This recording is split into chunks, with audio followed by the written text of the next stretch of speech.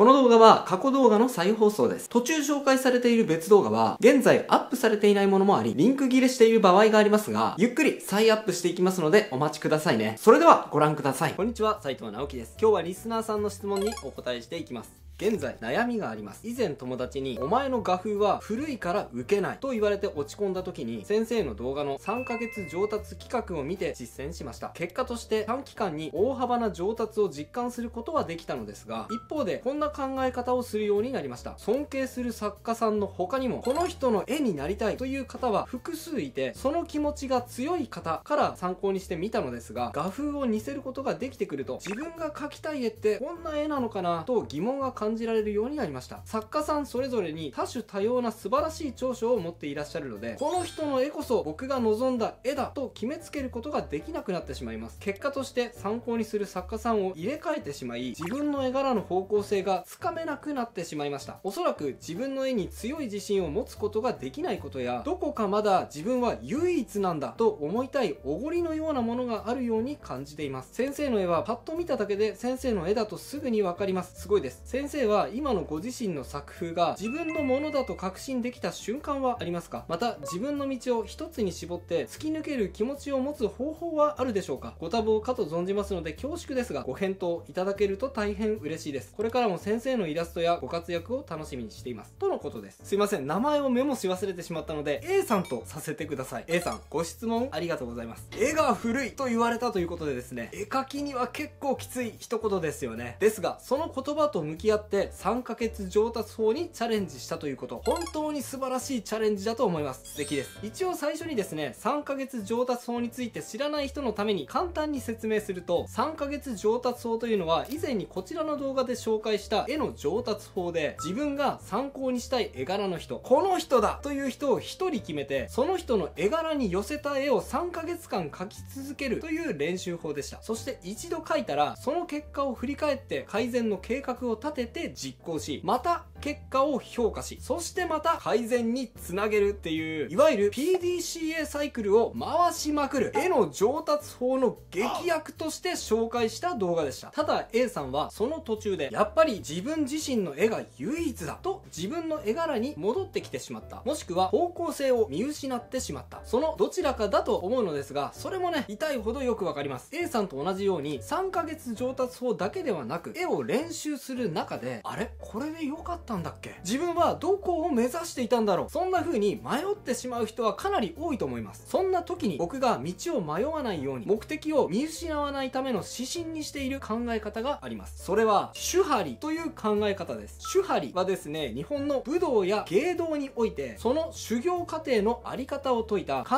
え方のベースになるような言葉なのですが、何かを身につけようとしてそれがあまり身につかない、うまくいかない、途中で方向性を見失ってしまった、そんな時はおそらくこの手張りという考え方ができていないから起こりやすいと僕は思っています。手張りはですね、それぞれ分解するとこの3段階に分かれます。徹底的に師匠を真似する時期、手の時期、師匠の他にも多流を研究する時期、派の時期、独自の研究を進める時期、理の時期、この3段階です。順番にお伝えしていきますね。徹底的に師匠を真似する時期、手と派と理、この3段階において最も大事にすべき過程、それが手の時期だと僕は考えています。なぜかというと、これはちょっと厳しい言葉に聞こえてしまうかもしれませんが、絵が周りから認められない人というのは自分の感覚が周りの評価基準と合っていない段階にある人だからです。絵柄が古い人というのもこれに当たりますね。絵柄が古い以前に自分の感覚そのものが古くなってしまって、周りの人の評価基準に合わなくなってしまっている、それが絵柄の古さになって表出している、僕はそう考えます。そしてその問題を解決したい人にとって一番大事にすべき考え方、それが手張りの手なんです。なぜかというと、これいいなぁと自分が感じるその感覚そのものが周りの人とずれてしまっているからです。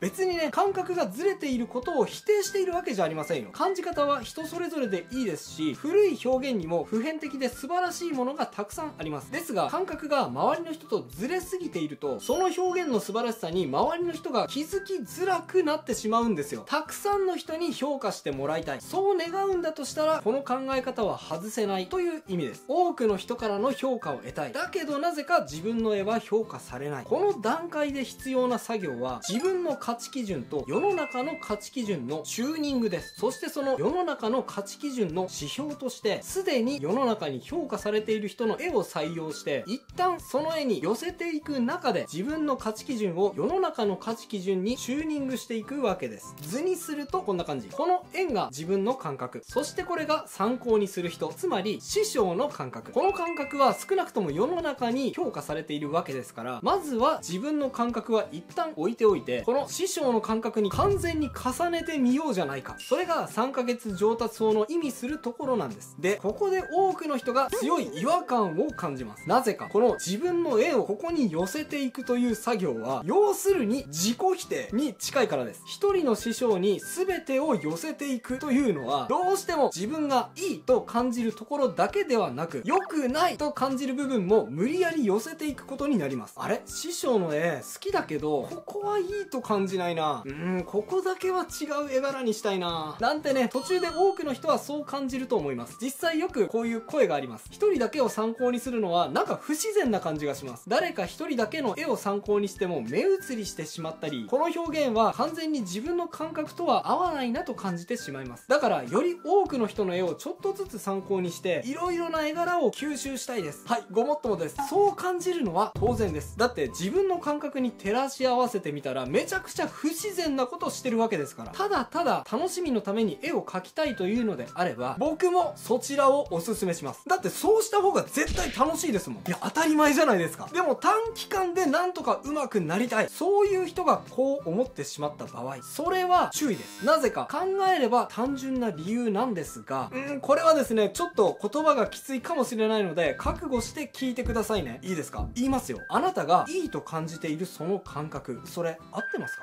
もっと言うと、今評価されていない自分が感じるいいという感覚と、もうすでに世の中から評価されている師匠のいいという感覚、周りの人の評価基準に合っているのはどっちだと思います？当然師匠ですよね。だって師匠の絵はすでに世の中に評価されているわけですから。当然ですね、自分が選んだ師匠なわけですから、師匠の絵を見た時に、うわー、この人の表現すごくいい、素敵、真似したい、取り入れたいといった自分の感覚とマッチした部分は多いでしょうが、それだけではなく、おや、これは自分は大事にしているのに、師匠はそれほど大事にしてなさそう。っていうか、こんな雑なことして許されるの？といった一見足りていないように見えるところも発見するでしょう。うわ、師匠の絵、ここだけはちょっとやだな。そうだ、ここだけはちょっと違う人のことを参考にしちゃおうかな。そう思うことも少なくないでしょう。ですが、そう思った時、要注意ですよ。なぜなら、そういう違和感を感じた部分が、もしかしたら自分に足りていない大事な要素である可能性が高いからですね。いや、だって当然ですよ。自分がいいと感じるその感覚に素直に従ってきた結果、評価されない今があるわけですよ。そう考えたら逆に自分が嫌だなぁと感じる部分にこそ答えが隠れている可能性が高いからですね。3ヶ月上達法でなぜお手本を一人に絞る必要があると言ったのか。その理由がここにあります。複数人の絵柄を同時に参考にするやり方は、要するに今は間違っている可能性の高い自分のいいという感覚に従っていろいろな要素をピックアップしてくるということです。自分が感じる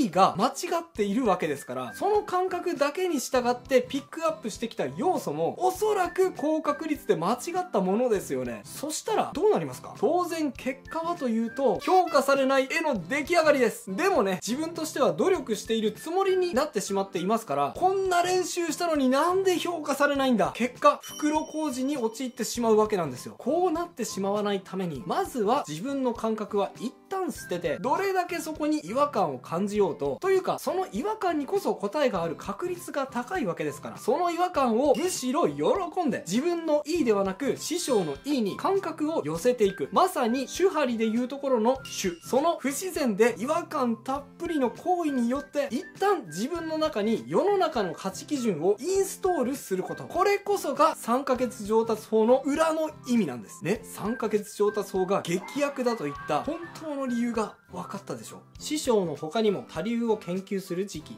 で、ここからは3ヶ月上達を一旦達成した後の話です。3ヶ月間これをやってみると、達成した人はだんだんと分かってくることがあるんです。それは何かというと、かっこいいとかダサいとか、そういう価値基準が明確に自分の中についているということです。師匠の絵柄にとっては、これをやるとかっこよくなる、でも逆にこれをやるとダサくなるっていう表現の制約のようなものが見えてきます。例えば僕が参考にした牛さんというイラストレーターさんの絵柄で言うと、すごく絵がシンプルで線が少ない絵柄ですから、線の本数を増やしていくのはやぼったくなってしまう。この絵柄で言うと、線の本数を増やしていくことはダサいという価値基準が身につくわけです。もちろんね、ある程度の期間その価値基準のまま表現し続けてもいいと思います。だって長くその絵柄に向き合って手に入れた、実際に世の中に評価されているバランス感なわけですから。でも一方で世の中を広く見渡してみた時にふと気づくわけです。あれ、師匠の絵と違ってこっちの絵は線の本数がめちゃくちゃ多いにもかかわらず、でもかっこいい、しかも師匠の教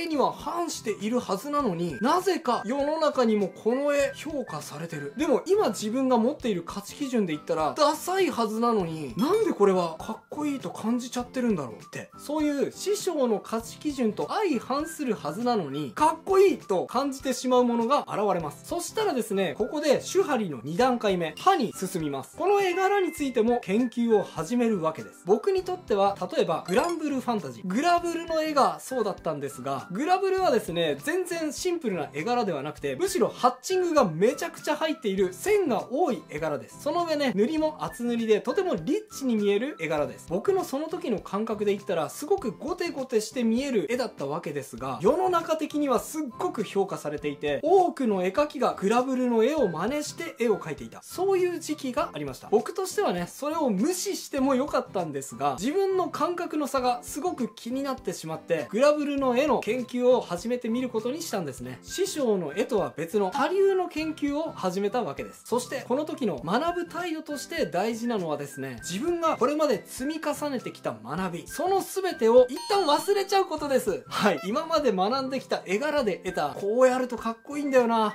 こうやるとダサくなるんだよなといった価値基準を一旦捨てて、また一からその絵柄に向き合ってみるんです。要するに2度目の3ヶ月上達法を始めるわけなんですけどね。はい、すいません、また地獄の始まりです。ただそうするとね、途中で色々と見えてくるわけです。今まで学んできた師匠の教えと共通する部分、そして全く違う部分、そしてその絵柄がどのようにファンに受け入れられていて、どのように評価されているかまで冷静に分析できるようになっている自分に途中で気づくはずです。それを図にしてみるとこんな感覚です。まず師匠の価値基準があります。この価値基準に対して種の段階で自分の感覚を寄せていってますから、自分の価値基準は師匠の価値基準と大体重なっています。そして改めて学んだ多流の価値基準、その学びの円を比較してみるとですね、ほら重なっている部分がありますよね。ここです。この共通項に気づくことこそ手張りの2段階目の目的です。2つの流派を経験してみて、それぞれ別の価値基準を作ること、そしてその価値基準をそれぞれの価値基準から見つめ直してみること、そうした時に見えてくる共通項、僕はこの共通した領域を時代の普遍性と呼んでいるのですが、この領域を感覚として手に入れることがこの段階の大きな目的だと思います。なぜならですね、この領域が見えてくると絵を描いたら大体バズるみたいな状態に突入できるからですね。やばいでしょ。独自の研究を進める時期、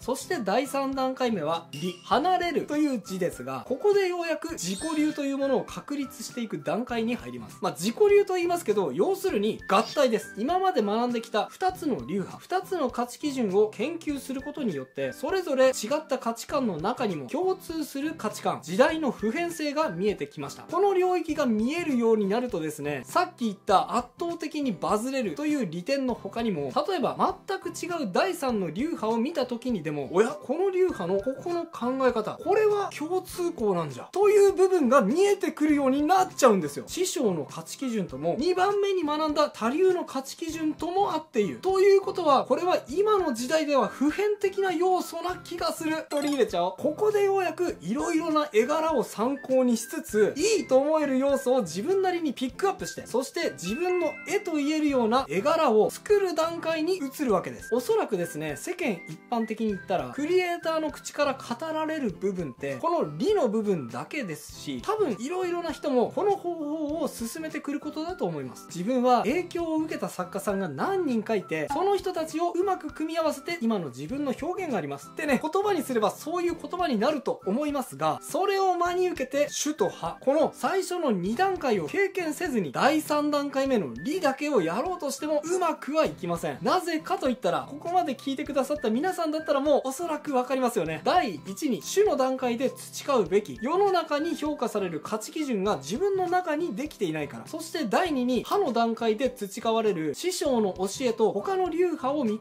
べてみた時に見えてくる共通項、時代の普遍性が見えていないこと。この2つの段階を踏まずに第3段階だけ実践しても、それでは的を得ていない表現の塊になってしまいがちだからです。僕の場合はですね、牛さんのシンプルな絵柄、そしてグラブルのリッチな絵柄、その2つを研究して、そしてそのいい部分を自分なりに融合した結果がこの絵柄でした。実際こちらの絵柄で2018年頃 Twitter でたくさん話題にしていただけて、すごくリツイートやいいねをいただきました。ちょっとあまり自慢するわけではないんですけど、ある程度分かりやすい基準を示すためにお話しすると、毎回絵をアップするたびにその時間のリツイート数をランキング形式でお知らせしてくれるボットというのがあるんですけど、毎回ねランキング1位とかに取ってましたし、ピクシブの総合デイリーランキング1位もね、およそ半年で獲得できるまでになりました。今回質問をいただいた A さんにもね言っていただいたように、それが斉藤さんの絵柄って一発でわかるという印象につながっているんだと思います。でもその根底には主と葉の2つの段階において、地味ですが1つの絵柄に対してある程度の期間愚直に取り組んで、今の世の中にマッチする価値基準、そして時代の普遍性を見極める感覚、この2つの感覚をインストールできたことにあると思います。これこそが僕が3ヶ月上達法では1つの絵柄に絞って練習してくださいと言った理由でした。もちろんね、僕が不器用なだけで手張りの理の部分から始めていきなり成功しちゃう人、そういう人もねいるとは思うんですよ。だからね、一概にはこの手順は絶対に守るべきですよとは言い切れないんですが、少なくとも僕はこの手順を踏んだことで自分自身の力に確実になったなという実感があるんですね。なのでそれをそのまま今日はお伝えしてみました。何度も言いますが、かなり感覚的には違和感を伴うやり方です。おそらくね、僕が言う手順をそのまま実行したとしたら、この3ヶ月間は非常に辛い修行期間になるでしょう。まさにね、悪魔に魂を売り渡すようなそんな練習です。おそらくね、人によってはこの練習をやったせいで絵が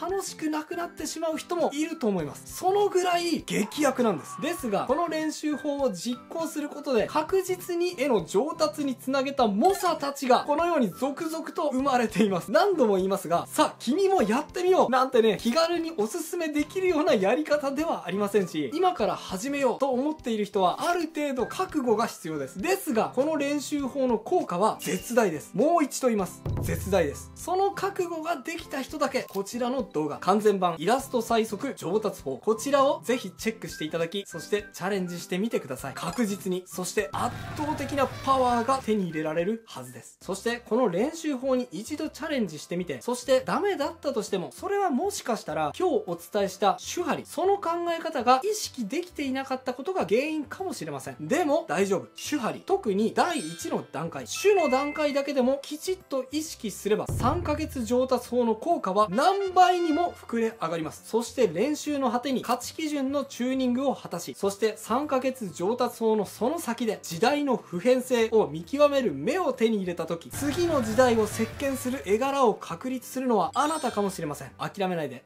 応援してます。